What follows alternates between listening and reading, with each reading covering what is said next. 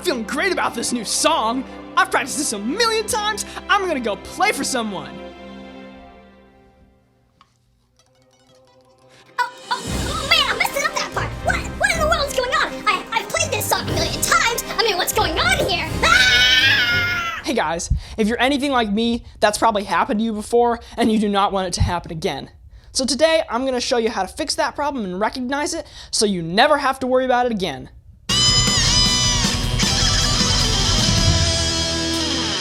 So guys, what is the reason why in thunderation does that always happen if you're like me?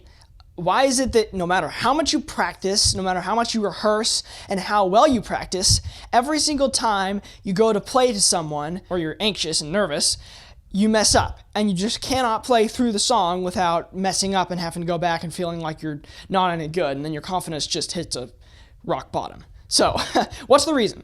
Well, the reason is when you're practicing and you're in your practice routine and you're playing a song or you're practicing an exercise, whatever it is, you mess up. We're humans. We mess up. It's very natural. Don't feel bad about it. This is every one of my teachers in oboe, violin, guitar, anything has ever said. Just, you're gonna mess up. It can't be perfect. Okay. But when you mess up, it probably just goes through your brain like brushing your teeth. You know, when you just brush your teeth and your mom asks you if you brushed your teeth and you can't even remember because it's such a habit that you don't even remember. It just goes right through your brain. That's kind of like what messing up is in practicing, and any instrument, not just guitar. When you mess up and you go back while you're still playing and go back and try to fix it, you don't even think about it most of the time. It just goes right through your head. So that is the main reason that when you go to play live, you can't play through a song cleanly and without stopping. Because when you go to play a song for someone and you're under pressure, you realize, or you probably don't realize, that you have never even played the song all the way through before without going back to practice it the right way. I'm not saying at all that you shouldn't go back and fix your mistakes. That is very important, and that's something my band director told me was very important, and many people. I'm not saying that at all. I'm just saying that you need to recognize when you make a mistake so that you know every time you make a mistake, I made a mistake, so that you can either fix it if you're practicing, or if you're just playing through, not fix it and just move on. So that's the number one reason. So now that we know why we are always messing up when we're playing for people or under pressure, how do you apply this knowledge to fix the problem? Well, there's several things.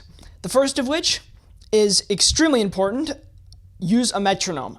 I'm not even going to talk about the benefits of using a metronome because there's too many to put in any video of any length in the entire universe. Just use a metronome and trust musicians that out there say to use a metronome, like myself. Use a metronome. It pays off, and if you don't use a metronome, it will bite you and it will hurt. Trust me. So anyway, use a metronome.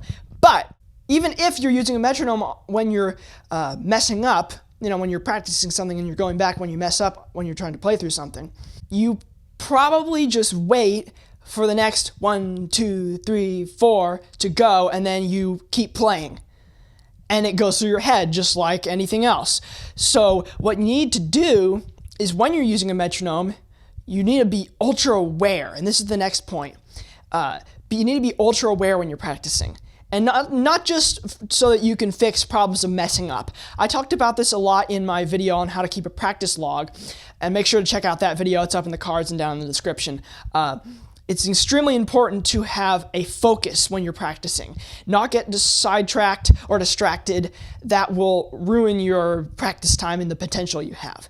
So you need to be ultra focused. And if that means you can only practice for 15 minutes, fine. That's better.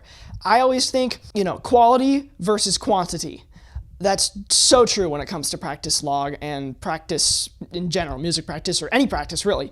So be ultra aware. So then, even when you're using a metronome and you mess up, you'll know, so that if you're playing through something, if you're playing through a song or, rehearsing or something like that, you will know to not go back and try to fix it, to just keep playing. Basically what I'm getting at is you just need to have this sense of knowledge every time you mess up. And I know I've said this before, but just know when you mess up so that you can either correct it or you can move on. And if you do that, Trust me, it will make so much difference. You'll never even look back. I mean, like, seriously, guys, it makes so much difference. If you just don't stop, because if you're playing in a band, I have never been part of a, rock band or, heavy metal band myself. I really wish I was, but I haven't. But I have been part of orchestras. I play violin, and band, I play oboe. And the band or orchestra does not stop for you. The director does not stop conducting and wait for you to figure out what's wrong unless you're working on a piece. If you're playing, you just have to play through, power through, and let's hope the other instruments are louder than you. You know that feeling, guys. But on the other hand, I'm sure most of you are probably contemporary music artists, rock, pop, country, heavy metal, things like that. And there's generally not as many instruments in that setting. So if you mess up, it might be a little more obvious. This is going to help you a ton in playing live, playing for people. And, one of the biggest things that this will help you with is your confidence. And that, I'm learning, is one of the most important things to creative arts or anything, creative, especially music. If you don't have confidence in your music and you're not proud of what you're putting out there, forget it. What's the point? That's one thing I'm realizing, don't post something on your YouTube channel if you're not proud of it. If you're proud of it, then go ahead. This is not about perfection. That is easy to get into, and it's kind of a gray area right there because it can be like, well, it's not perfect, so, I probably should not be proud of it. No, nothing's going to be perfect, but it can be something you're proud of. Guys, I was editing this YouTube video, and I just thought I needed to add that, everyone's on a journey, and don't forget that. In music, it's such a journey, and if you forget that, that can be very discouraging. So remember that even if you're not proud of something down the road, if you were proud of it in the moment and you felt like it was a good representation of where you are as a musician, and even if you're still learning stuff and you don't feel like it's as good as you want it to be, that doesn't mean you can't post it on your YouTube channel. A lot of the stuff I posted earlier on my YouTube channel, I look back on it and I'm like, whoa, what was he thinking? So just don't forget that.